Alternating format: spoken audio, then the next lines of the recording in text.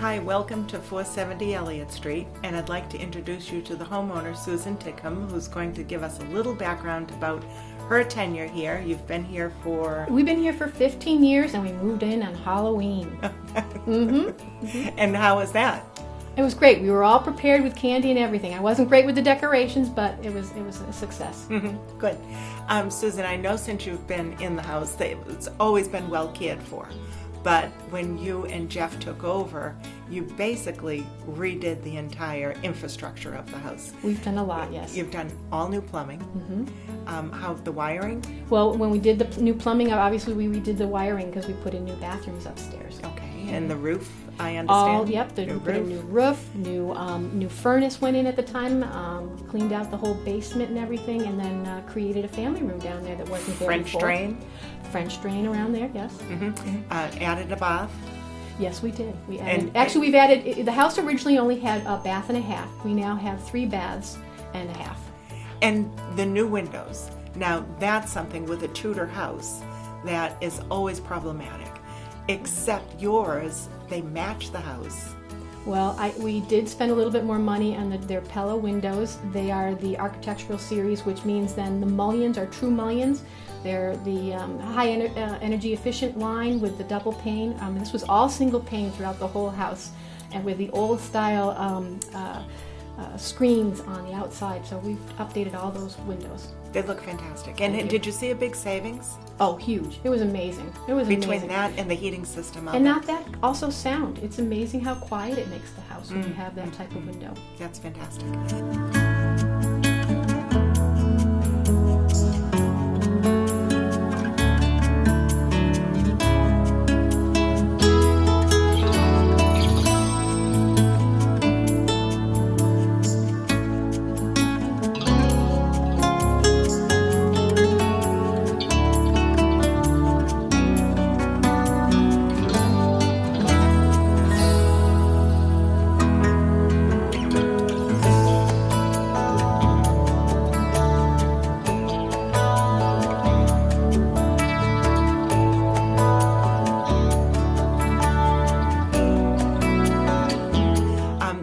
It's really important if you could just tell folks a little something about the neighborhood, because the Columbines are without question one of our prizes in town. It really is. We have a great association of people.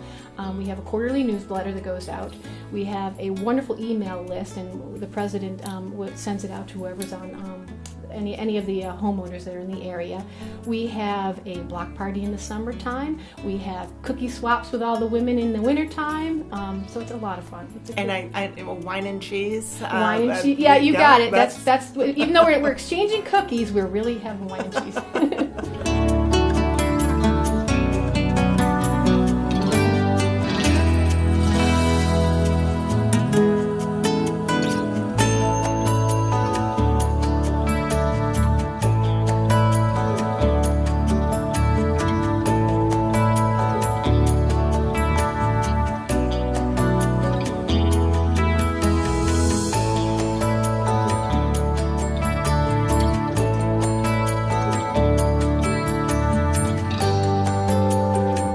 And you did a small bump out upstairs, didn't you, so that you could create the gorgeous master bath. The architect had to, in order to fit everything we needed to fit for both bathrooms, he had to open up the ceiling in the dining room and change the structure so that we could do that bump out. So basically, that's where the tub is.